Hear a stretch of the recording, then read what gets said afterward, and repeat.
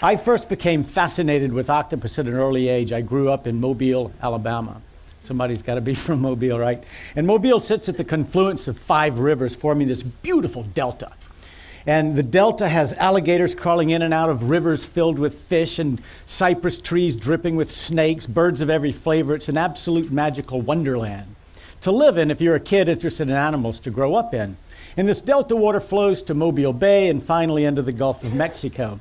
And I remember my first real contact with octopus was probably at age 5 or 6. I was in the Gulf and I was swimming around and saw a little octopus on the bottom. And I reached down and picked him up and immediately became fascinated and impressed by its speed, its strength and agility. It was prying my fingers apart and moving to the back of my hand. It was all I could do to hold on to this amazing creature. Then it sort of calmed down in the palms of my hands and started flashing colors, just pulsing all of these colors. And as I looked at it, it kind of tucked its arms under it, raised into a spherical shape, and turned chocolate brown with 2 white stripes. I'm going, my gosh, I'd never seen anything like this in my life. So I marveled for a moment and then decided it was time to release him, so I put him down.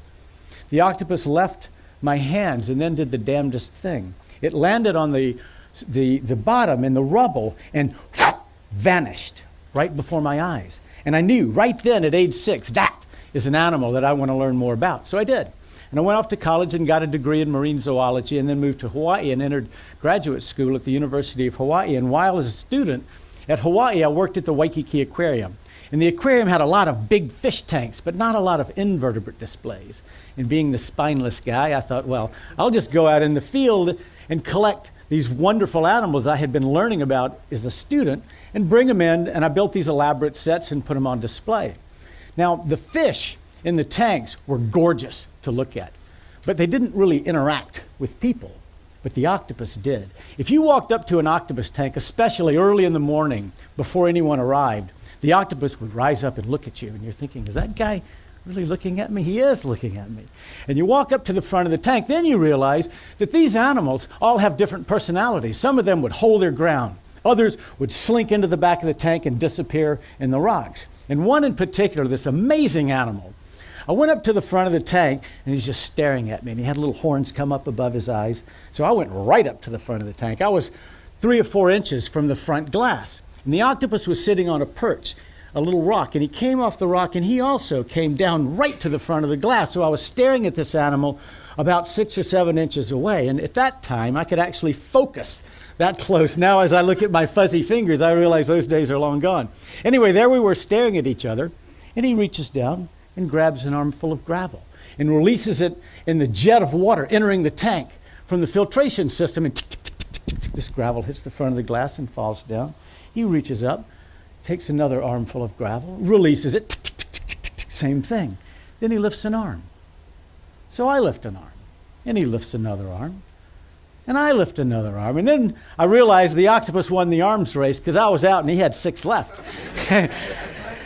But the only way I can describe what I was seeing that day was that this octopus was playing, which is a pretty sophisticated behavior for a mere invertebrate. So about 3 years into my degree, a funny thing happened on the way to the office, which actually changed the course of my life. A man came into the aquarium. It's a long story, but essentially, he sent me and a couple of friends of mine to the South Pacific to collect animals for him. And as we left, he gave us 2 16mm movie cameras. Said, make a movie about this expedition. Okay, a couple of biologists making a movie. This will be interesting. And off we went. And we did. We made a movie which had to be the worst movie ever made in the history of movie making. But it was a blast. I had so much fun. And I remember that proverbial light going off in my head thinking, wait a minute, maybe I can do this all the time. Yeah, I'll be a filmmaker. So I literally came back from that job, quit school, hung my filmmaking shingle, and just never told anyone that I didn't know what I was doing. It's been a good ride. And what I learned in school, though, was really beneficial. If you're a wildlife filmmaker and you're going out into the field to film animals, especially behavior, it helps to have a fundamental background on who these animals are, how they work, and a bit about their behaviors. But where I really learned about octopus was in the field as a filmmaker, making films with him, where you're allowed to spend large periods of time with the animals, seeing octopus being octopus in their ocean homes. I remember I took a trip to Australia went to an island called One Tree Island, and apparently evolution had occurred at a pretty rapid rate on One Tree between the time they named it and the time I arrived, because I'm sure there were at least 3 trees on that island when we were there. Anyway, One Tree is situated right next to a beautiful coral reef. In fact, there's a surge channel where the tide is moving back and forth twice a day pretty rapidly, and it's a beautiful reef, very complex reef with lots of animals, including a lot of octopus. And not uniquely, but certainly the octopus in Australia are masters at camouflage. As a matter of fact, there's one right there. So our first challenge was to find these things, and that was a challenge indeed. But the idea is we were there for a month, and I wanted to acclimate the animals to us so that we could see behaviors without disturbing them. So the first week was pretty much spent just getting as close as we could. Every day, a little closer, a little closer, a little closer. And you knew what the limit was. They would start getting twitchy. You back up, come back in a few hours, and after the first week, they ignored us. It was like, I don't know what that thing is, but he's no threat to me. So they went on about their business. And from a foot away, we're watching mating and courting and fighting. And it was just an unbelievable experience. And one of the most fantastic displays that I remember, or at least visually, was a foraging behavior. And they had a lot of different techniques that they would use for foraging, but this particular one used vision. And they would see a coral head, maybe 10 feet away, and start moving over toward that coral head. And I don't know whether they actually saw a crab in it or imagined that one might be, but whatever the case, they would leap off the bottom and go through the water and land right on top of this coral head, and then the web between the arms would completely engulf the coral head, and they would fish out shrimp or crabs. And as soon as the crabs touched the arm, it was lights out. And I always wondered what happened under that web. So we created a way to find out. And I got my first look at that famous beak in action. It was fantastic. If you're going to make a lot of films about a particular group of animals, you might as well pick one that's fairly common. And octopus are. They live in all the oceans. They also live deep. And I can't say octopus are responsible for my really strong interest in getting in subs and going deep. But whatever the case, I like that. It's like nothing you've ever done. If you ever really want to get away from it all and see something that you have never seen and have an excellent chance of seeing something no one has ever seen, get in a sub. You climb in, seal the hatch, turn on a little oxygen, turn on the scrubber which removes the CO2 in the air you breathe, and they chuck you overboard. Down you go. There's no connection to the surface apart from a pretty funky radio. And as you go down, the washing machine at the surface calms down, and it gets quiet, and it starts getting really nice. And as you go deeper, that lovely blue water you were launched in gives way to darker and darker blue. And finally, it's a rich lavender, and after a couple of thousand feet, it's ink black. And now you've entered the realm of the midwater community. You could give an entire talk about the creatures that live in the midwater. Suffice to say, though, as far as I'm concerned, without question, the most bizarre designs and outrageous behaviors are in the animals that live in the midwater community. But we're just going to zip right past this area that includes about 95% of the living space on our planet, and go to the mid-ocean ridge, which I think is even more extraordinary. The mid-ocean ridge is a huge mountain range, 40,000 miles long, snaking around the entire globe. And they're big mountains, thousands of feet tall, some of which are tens of thousands of feet, and bust through the surface, creating islands like Hawaii. And the top of this mountain range is splitting apart, creating a rift valley.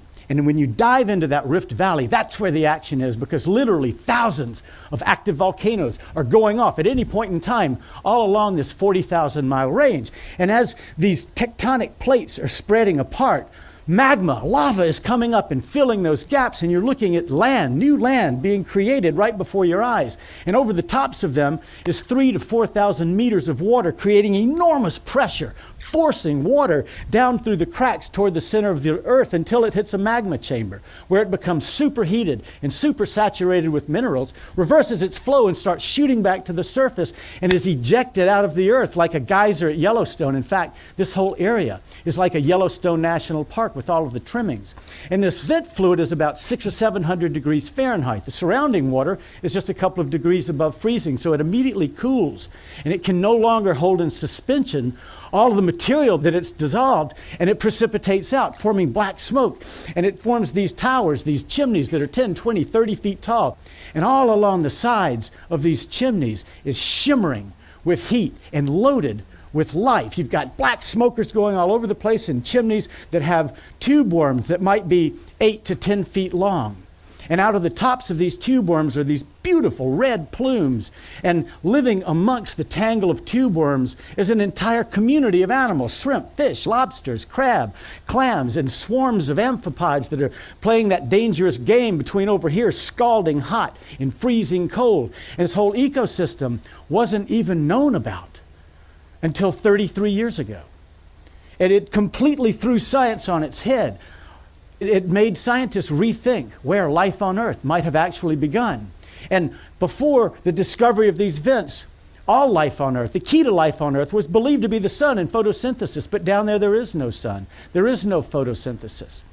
It's chemosynthetic environment down there driving it, and it's also ephemeral. You might film this unbelievable hydrothermal vent, which you think at the time has to be on another planet. It's amazing to think that this is actually on Earth. It looks like aliens in an alien environment. But then you go back to this same vent 8 years later, and it could be completely dead. There's no hot water. All of the animals are gone. They're dead.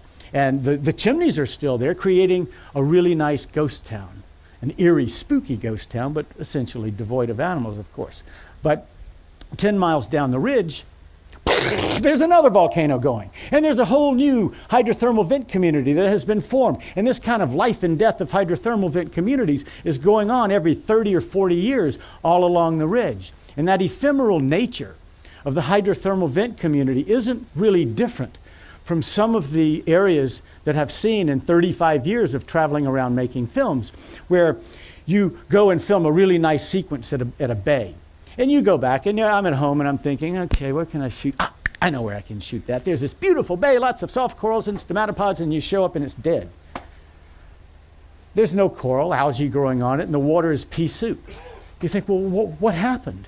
And you turn around, and there's a hillside behind you with a neighborhood going in, and bulldozers are pushing piles of soil back and forth. And over here, there's a golf course going in. And this is the tropics. It's raining like crazy here, so this rainwater is flooding down the hillside, carrying with it sediments from the construction site, smothering the coral and killing it. And fertilizers and pesticides are flowing into the bay from the golf course. The pesticides killing all the larvae and little animals, fertilizer creating this beautiful plankton bloom, and there's your pea soup. But encouragingly, I've seen just the opposite. I've been to a place that was a pretty trashed bay. And I look at it, just yuck, and go and work on the other side of the island. 5 years later, come back, and that same bay is now gorgeous. It's beautiful. It's got living coral, fish all over the place, crystal clear water, and you go, how did that happen? Well, how it happened is the local community galvanized.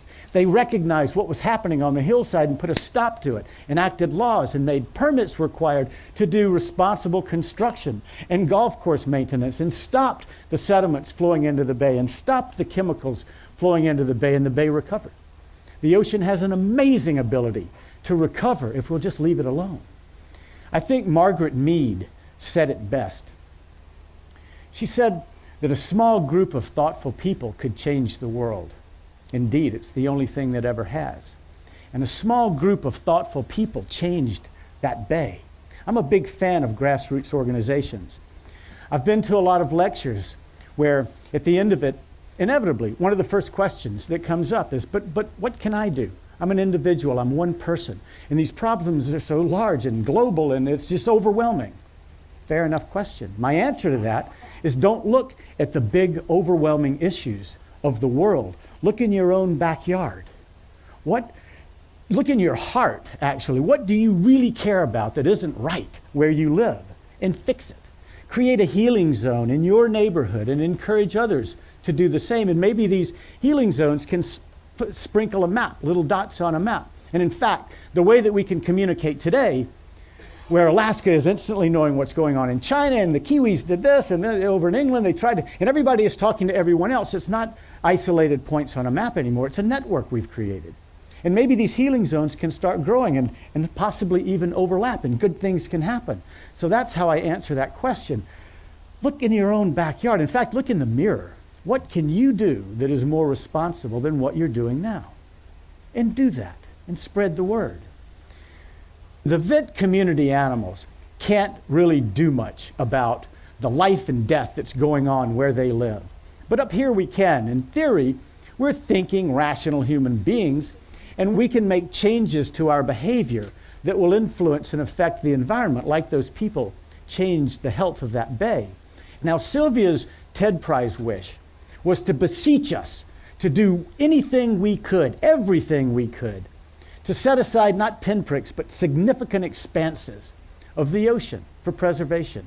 Hope spots, she calls them. And I applaud that. I loudly applaud that. And it's my hope that some of these hope spots can be in the deep ocean, an area that has historically been seriously neglected, if not abused. The term deep six comes to mind. If it's too big or too toxic for a landfill, deep six it. So I hope that we can also keep some of these hope spots in the deep sea. Now, I don't get a wish, but I certainly can say that I will do anything I can to support Sylvia Earle's wish, and that I do. Thank you very much.